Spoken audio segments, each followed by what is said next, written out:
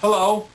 Back in the 1960s, early 1960s, I hunted and trapped as a kid. That's how I made some money back then on the stinking water about 40 miles over. But as an adult, I quit hunting and fishing. I found gardening a lot more profitable. But I would also point out that back then, 80% of the young men hunted and fished. Today, only 20% hunt and fish, and that number's going down every year.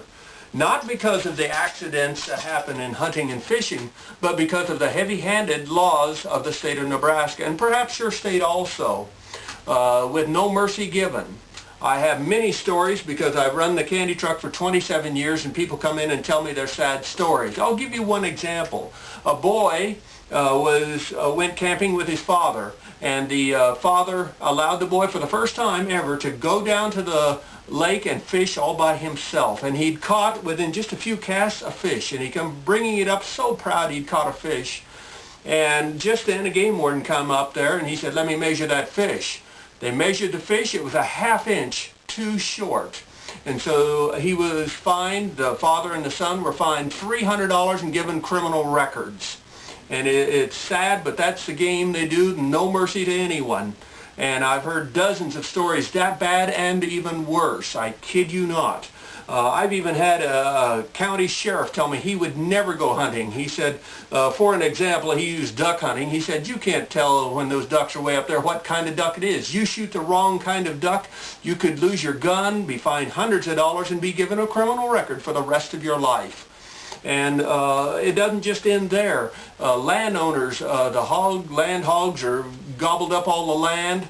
And if you would just drive by on a county road, put your binoculars up and look out over their field for hunting purposes, not that you even are considering it, but just looking, if you will, they can charge you with trespassing, and they can charge you with illegally hunting on their property, and you can be fined thousands of dollars by that landowner, plus then the Game and Parks would come in and also fine you. And so there's all sorts of evil things that can happen to hunters and fishermen in the state of Nebraska. And it doesn't end there either. If you were just out at the lake and walking around and you found, for example, a very nice arrowhead. This one was found on my brother-in-law's place, but be that as it may, if you would find one on a state property, any state property, and pick it up, you could be fined $250,000. Your child walking around picking up an arrowhead could financially devastate the family for the rest of your lives. There are so many laws. There are 158,000 laws on the books, and not one of them is your friend.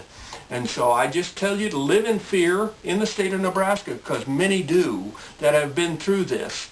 And that's why I advise you, if you want a sport, consider gardening like I do. It's a profitable item, and you can do it in your own yard. This is McCook's Mr. Bill. I hope you take the words of wisdom and consider them strongly before you make any actions. I hope you subscribe to my future films and look at some of my past ones. Again, thank you. This is Mr. Bill.